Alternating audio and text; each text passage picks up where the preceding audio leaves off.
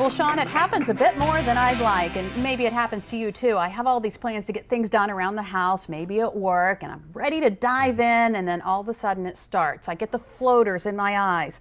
I start feeling nauseous, and then that sharp pain in my head. I am getting a migraine, and I can't do anything but wait for it to pass. And sometimes it's minutes, sometimes it's hours, someday my whole day is shot. Oh, well, Lisa, I'm fortunate enough to be in the group that doesn't know what it's like, but there are 36 million others who do. According to the Migraine Research Foundation, about 1 in 4 households includes someone who suffers from migraines.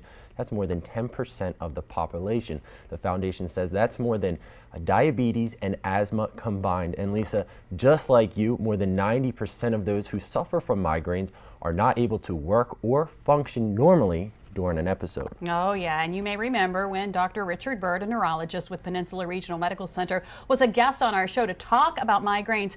He told us about migraine triggers, things like stress, lack of sleep, hormones. Dr. Bird says alcohol can also trigger a migraine. Certain foods can also be the culprit. Dr. Bird says things like chocolate, yes, chocolate, peanuts, sausage, hot dogs, and food with nitrates may be the reason why you get migraines. But there are other triggers that may surprise you. Researchers say lightning may trigger migraine pain. They can't really explain why, but say perhaps lightning emits electromagnetic waves or fungal spores that can cause trouble. Researchers say chewing gum may also play a role. They say that could be from the overuse of the temporomandibular joint, or TMJ, which allows for movement that's needed to chew. Well, when we talk migraines, you might think of it as a condition that only affects adults. Well, the truth is, according to the Migraine Research Foundation, half of all migraine sufferers have their first attack before age 12. And come to find out, sending our little ones to school may only be adding to their pain. Here are a few common migraine triggers at school and how your kids can manage them. Back to school for Vincent Plessel means reuniting with classmates, playing team sports, and sometimes getting migraine headaches. You can't move, your head gets heavy, you just want to lay down, you don't feel like eating, you just want to rest. Vincent started getting migraines several times a week when he was just 6. I could actually see the veins in his head throbbing. That's how bad it was. The headaches forced Vincent to miss school, and sometimes he couldn't play on the soccer team. Doctors say about 28% of teens have migraines. Pressure of the school year often brings them on. Not only the academic stress, but also the emotional and psychological stress of going into a new school often, of being with new teachers, interacting with new peers, and having to manage all of that at the same time. Getting up earlier is also a major factor. They're getting up at 6 or 7 in the morning. That tremendous shift in their sleep schedule is often a big trigger for migraine. Dr. Cohen helps his patients manage their migraines. He suggests get on a sleep schedule and stick with it. Relaxation techniques to manage stress, and keeping a headache diary to see what foods may trigger the migraines. Vincent is eating and sleeping better. And along with a medicine and vitamin regime, he's down to about 1 migraine a month.